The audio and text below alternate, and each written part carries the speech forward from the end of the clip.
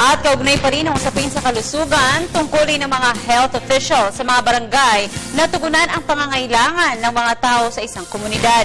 Isa sa mga tinutukan ng isang health clinic sa barangay ay ang maternal care ng mga nagdadalang tao na pinangunahan naman ng mga nurse o di kaya mga midwife. Narito si Cheska Aguiluz para sa balita. Ang ina ang siyang nagsisilbing ilaw ng tahanan at isang individual na bumubuo ng buhay sa kanilang sinapupunan. Nararapat lamang na may katuwang ang mga inay sa pangangalaga sa kanilang katawan at sanggol habang sila'y nagdadalang tao. Si Milafe Estabilio ay isang senior midwife sa Health Clinic Center ng Barangay Batasan. 29 na taon na siyang naninilbihan sa kanyang komunidad. Tungkulin na isang midwife na magpaanak sa mga buntis at bakunahan at i-check up ang mga sanggol.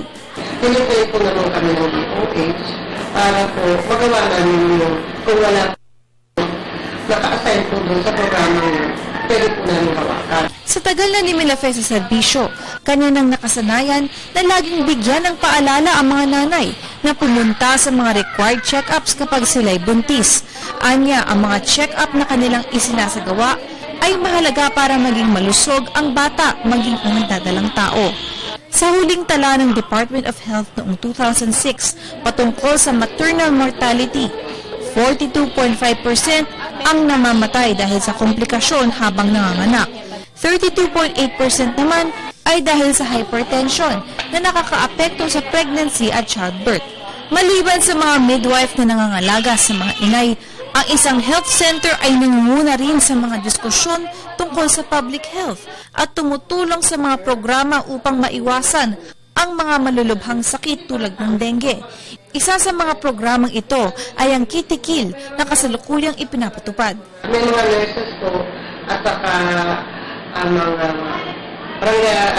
health workers nakasama sila na nagtatanim po sa mga bahay-bahay para malaman po kung meron dengue na lang. Kailangan po ang isang community ay healthy. Kaya, ang sinasabi nga po namin sa mga pasyente namin, preventive po tayo, hindi curative.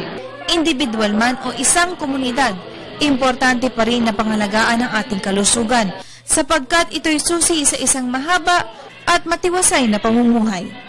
Para sa Telebisyon ng Bayan, Cheska Aguiluz.